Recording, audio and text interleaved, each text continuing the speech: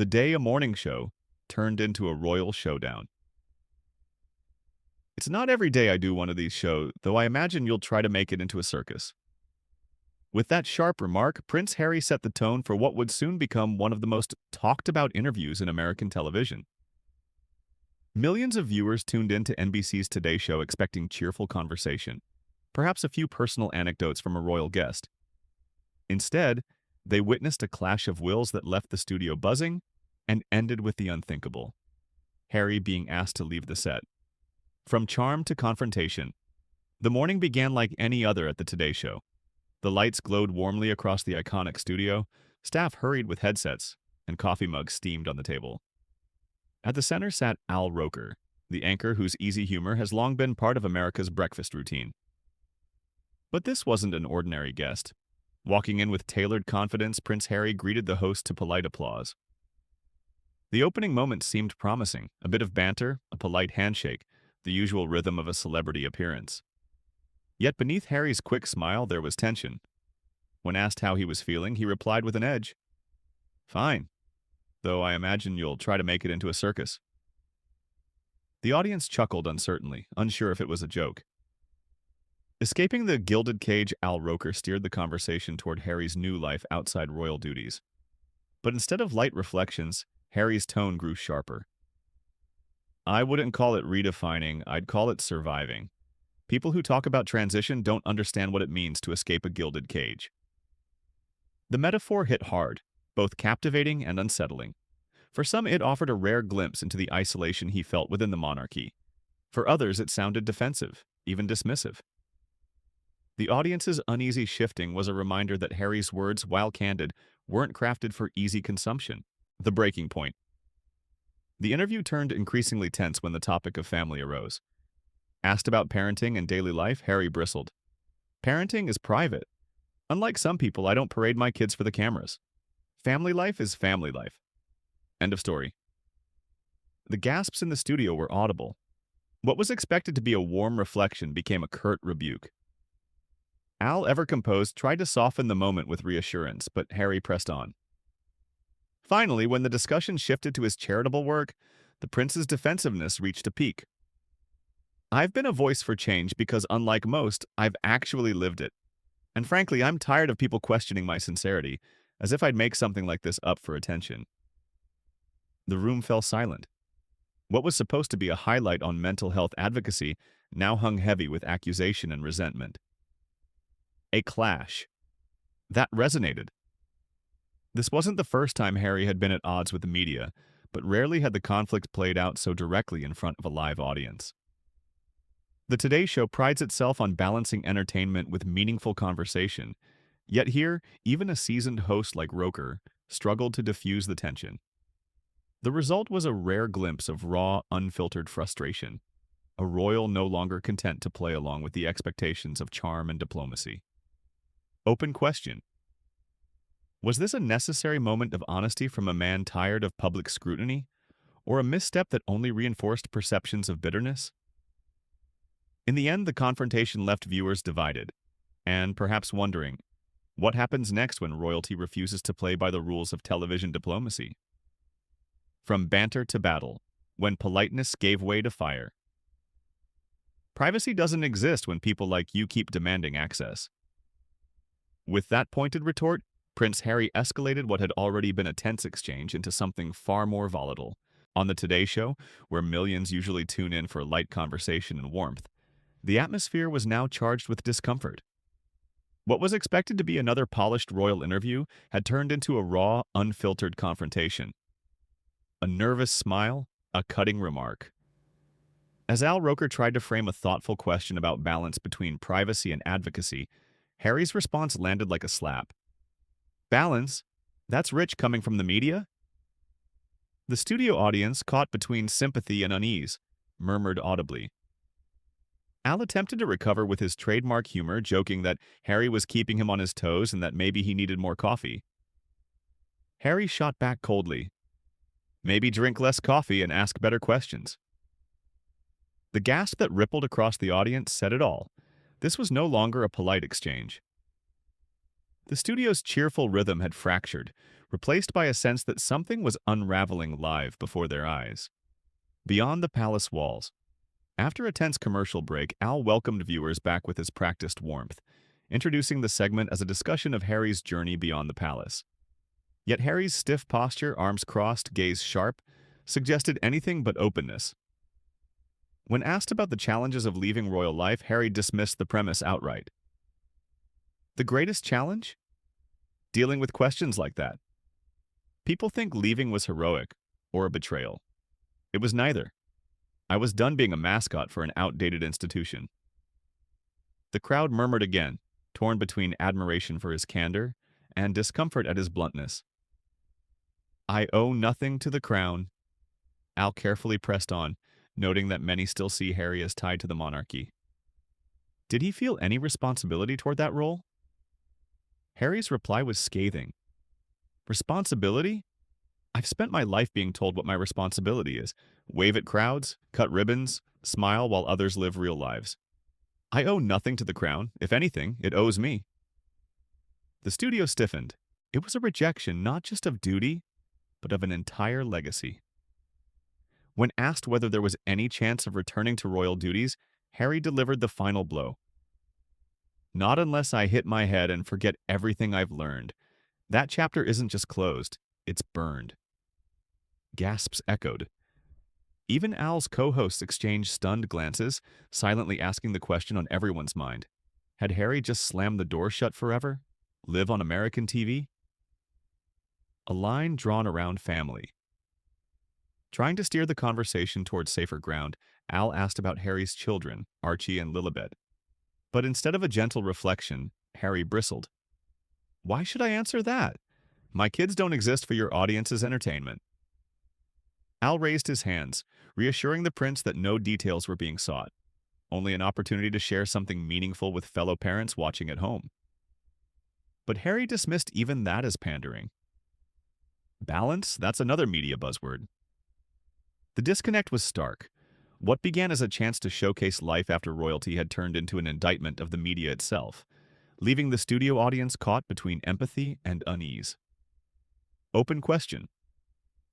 Was Harry's defiance a moment of long overdue honesty about the pressures of public life, or did his hostility risk alienating those who once rooted for his independence? As the tension mounted, one thing became clear. This interview was no longer about light conversation. It was about a man drawing battle lines in front of a global audience. When the politeness cracked, I don't need to explain how I raise my children to strangers drinking coffee in their pajamas. With that biting line, Prince Harry made it clear. He wasn't here to play by the usual rules of a morning talk show. What the audience had expected as a warm glimpse into royal family life was instead turning into a battle of wills. A clash over authenticity. Al Roker, steady as ever, tried to steer the interview back to neutral ground. He reminded Harry that he and Meghan had voluntarily shared parts of their family life in documentaries and interviews. Surely that invited public curiosity. Before he could finish, Harry cut him off. That's always how it starts. Critics say, sources claim. It's lazy journalism dressed up as gossip. For the first time, Al's mask of patience showed a crack. He chuckled softly, more out of discipline than humor.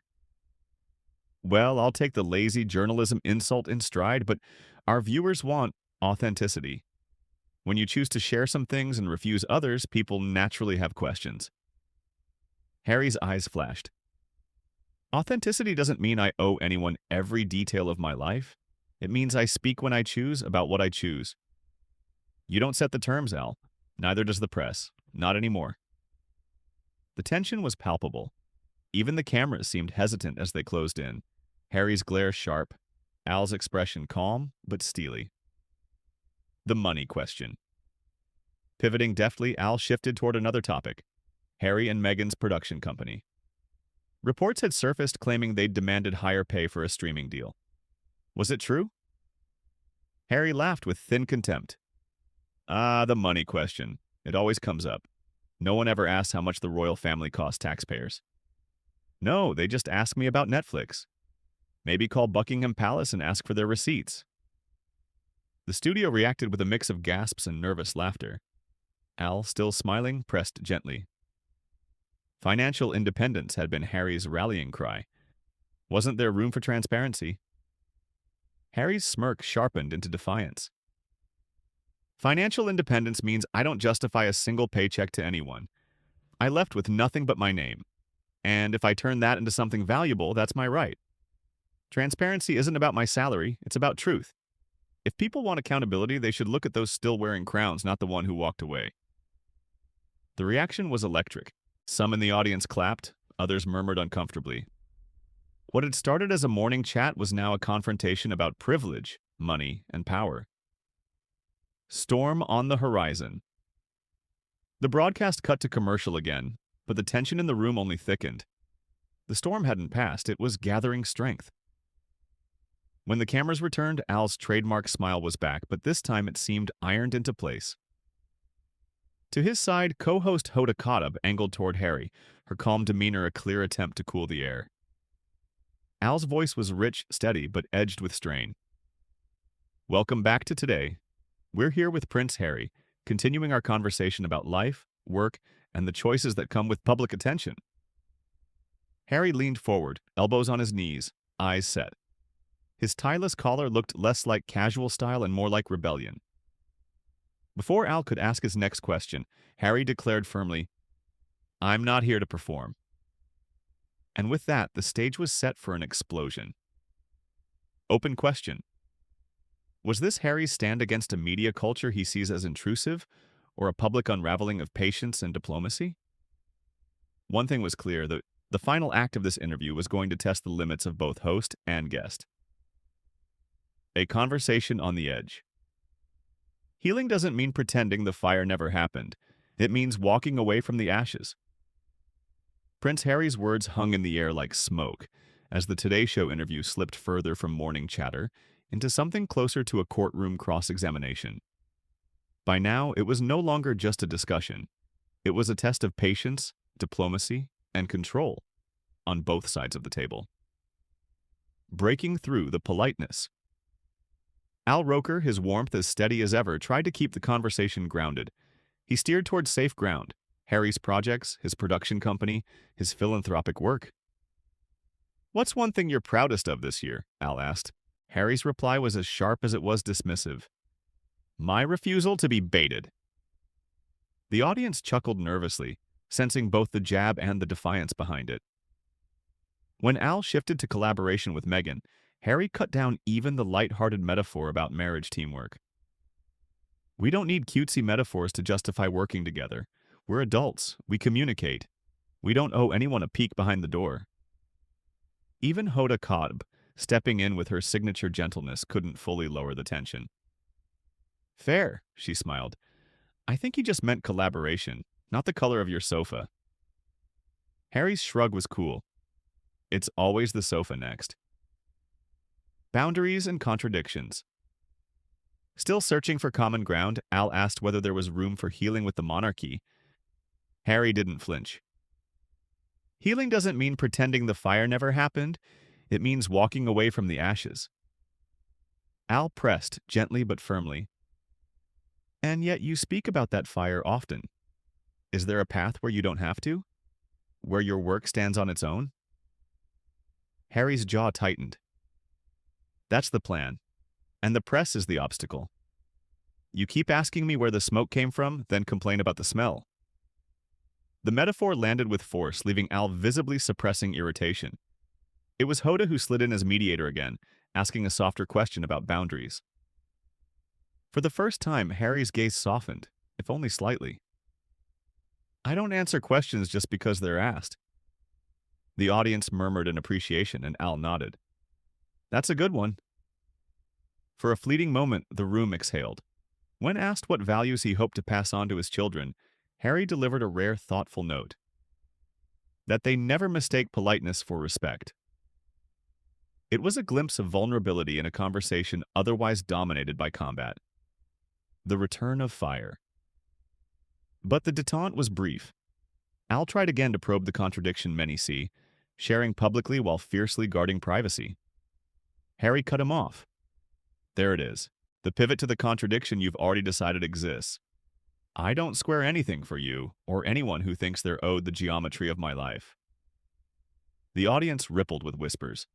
Then Hoda shifted the scope, asking about Harry's criticism of the monarchy as outdated. What did he want people to take from that?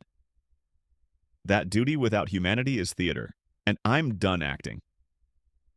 The clarity of the remark stunned the room, but Al, careful as ever, noted how some would hear it as a swipe at his family. Harry didn't blink. Some might hear what they're paid to hear. A pause followed, heavy and loaded. Finally, Al replied, his voice still courteous but with steel beneath. I'm not paid to hear anything, I'm paid to ask it. A spark that caught fire. The exchange turned once again toward money. Rumors of Harry and Meghan pushing for bigger budgets in upcoming projects. Al framed it as a question of ambition. Did bigger mean bolder? Harry leaned in. I don't pitch small. Small is for people afraid to be seen. Al countered gently but with an edge.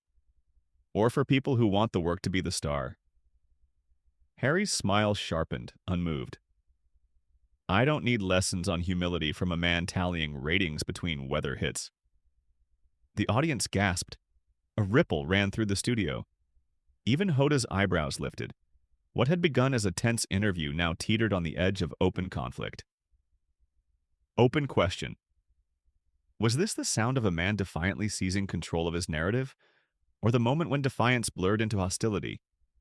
As the tension built higher, one thing was certain. The breaking point was near. When the gloves finally came off. I wish I'd stopped believing that good faith existed in rooms with cameras. With that stark admission, Prince Harry silenced the studio. For a moment, the hum of lights and the shuffle of crew were the only sounds. Hoda dipped her gaze in quiet sympathy, while Al Roker nodded gravely, his voice softened by sincerity. I hear the hurt in that, truly. For just an instant, the air lightened. But then Harry pressed further. Let's not pretend this is a neutral exchange. Al's reply was careful but edged. I never said it was neutral. I said it was a conversation. The difference mattered, and in that difference, the fault line widened. The tension before the break. As the segment clock ticked down, Hoda intervened, her voice a soothing counterbalance. Maybe we can close this block with gratitude. One thing you're thankful for this week? Harry's eyes flicked toward the lights, then back at Al. That I can get up and walk when a room stops deserving my answers. The audience reacted with a low, uneasy, ooh. Al held the stare just a second too long before calling for a break. Behind the cameras, the studio froze. Crew members fiddled with cables that didn't need fixing. Hoda leaned toward Al and whispered, Let me take the open. Cool it down. But Al's jaw was set. He keeps calling questions an attack. And you keep meeting him halfway, Hoda replied gently. One more segment, then we're out. Across from them, Harry rolled his shoulders like a boxer between rounds. The floor manager counted down. 3, 2, 1. The final round. The cameras swept back to the sofa. Hoda opened, her tone warm, hopeful. We've been having an energetic conversation this morning, and I want to thank our guest for his honesty. Harry's nod was tight. Honesty is expensive, Hoda. Most people can't afford it. The audience shifted, some laughing nervously, others simply uneasy. Then came the question of legacy. Al, reading from his card, asked, You've stepped away from tradition to build something new. What do you want that to look like 5 years from now? Harry smirked. Legacy is a word the press invented to sell headlines. I want to live, that's all. Living is enough. Hoda nodded softly. That's fair. But Al was done yielding ground. He leaned forward, his voice low but charged like a storm rolling in. Let me be straight. Every answer this morning dripped with contempt. Contempt for the questions, for the press, for anyone who dares ask something you don't pre-approve. But you chose this stage. You walked into this room. Do you realize how it comes across? Harry blinked, caught by the sudden steel in Al's tone. It comes across, he said slowly, as a man refusing to bow just because someone with a microphone demands it. Al shook his head, no longer hiding his frustration. No, it comes across as arrogance. You talk about privacy while cashing checks from documentaries built on the very life you claim to protect. You attack the monarchy, yet your entire brand depends on the royalty you say you despise. And here, right here, you dismiss this audience, this crew, this network as if we're beneath you. That isn't courage, Harry. That's hypocrisy. The studio gasped. For the first time all morning, the control belonged entirely to Al Roker. Open question. Was this the moment Harry's defiance finally met its match? Or the point where a seasoned broadcaster went too far in calling out a guest live on air? Either way, the interview had left behind the realm of polite television. It had become something else entirely, a confrontation that would be replayed, dissected, and debated long after the cameras stopped rolling. When the studio erupted, hypocrisy. You sit here in your studio, fattened by corporate dollars, pretending you're the moral compass of America. Prince Harry's voice thundered across the Today Show set, his composure finally unraveling. Al Roker, usually the embodiment of calm professionalism, snapped back with rare sharpness. I don't pretend. I show up day after day.